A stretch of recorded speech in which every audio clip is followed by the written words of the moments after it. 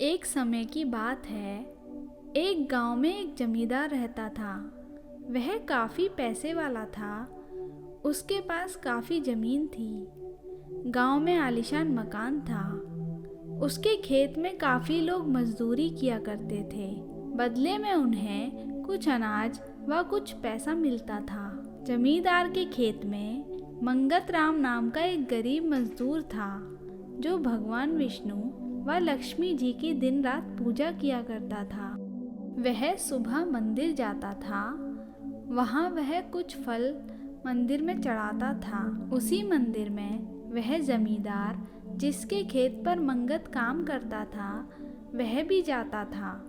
जमींदार अपने सेवकों के साथ मंदिर जाता और काफ़ी फल फूल, मिठाई व धन भगवान विष्णु व लक्ष्मी जी को चढ़ाता था। मंदिर के पुजारी काफ़ी देर तक जमींदार के साथ पूजा पाठ करते थे। उसके बाद ही गांव के किसी व्यक्ति को मंदिर में जाने दिया जाता था। मंगत भी रोज प्रतीक्षा करता और जमींदार के जाने के बाद मंदिर की चौखट पर फल रखकर चला आता। गांव में केवल जमींदार को ही मंदिर के अंदर जाने व भगवान की मूर्ति को चरण स्पर्श करने दिए जाते थे। अन्य लोगों को केवल दूर से दर्शन करने की इजाज़त थी। यह प्रथा काफ़ी सालों से चली आ रही थी। पूरा गांव इसका पालन करता था।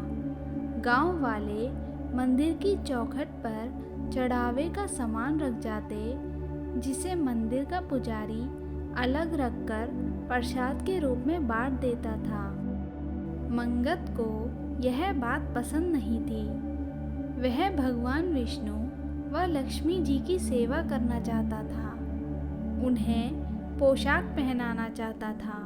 उसने पुजारी जी से कई बार बात की, पर पुजारी जी ने कहा, यदि जमींदार को पता चल गया तो तुम्हारे साथ साथ मुझे भी दंड मिलेगा। मंगत ने पुजारी से काफ़ी अनुग्रह किया।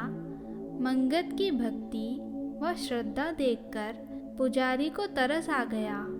उसने मंगत से कहा, मैं तुम्हें पुरानी पोशाक दे दूंगा, तुम बिल्कुल वैसी ही पोशाक बना लाना।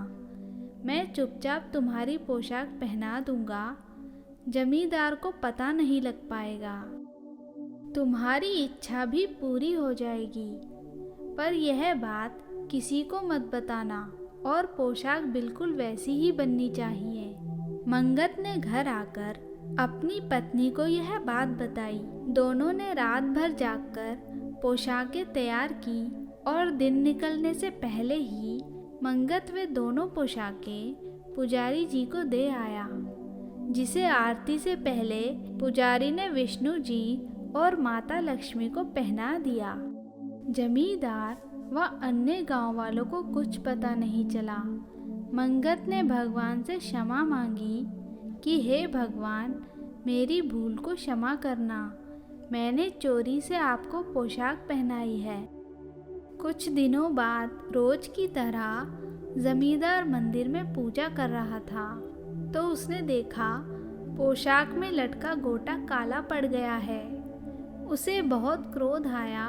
उसने पोशाक बनाने वाले दर्जी को बुलाया और पूछा, तुमने भगवान की पोशाक में सोने की जगह पीतल का गोटा लगा दिया।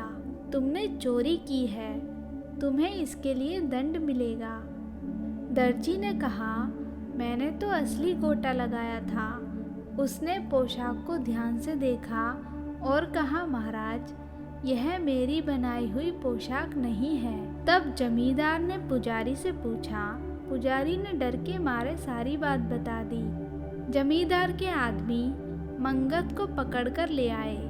जमींदार ने मंगत और पुजारी को गांव से निकल जाने का आदेश दिया। दोनों सजा सुनकर रो रहे थे।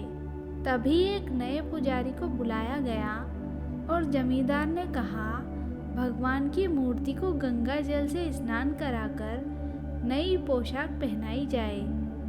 नए पुजारी ने वैसा ही किया, परंतु जब वे पोशाक पहना रहे थे तो पोशाक छोटी रह गई। जमींदार ने दर्जी से पूछा, दर्जी ने कहा, मैंने उसी नाप की पोशाक बनाई है।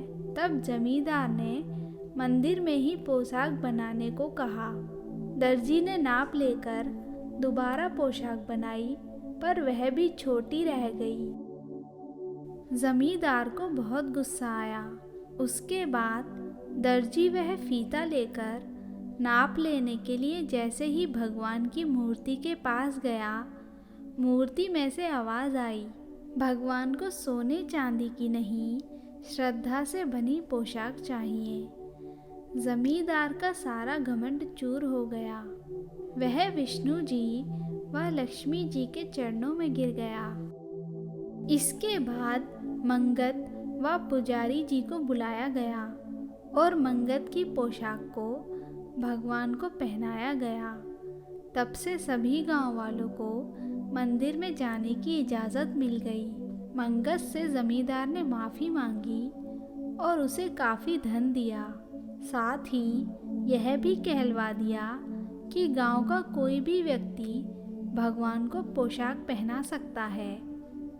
जमींदार भी अन्य गांव वालों के साथ मंदिर में पूजा करने लगा।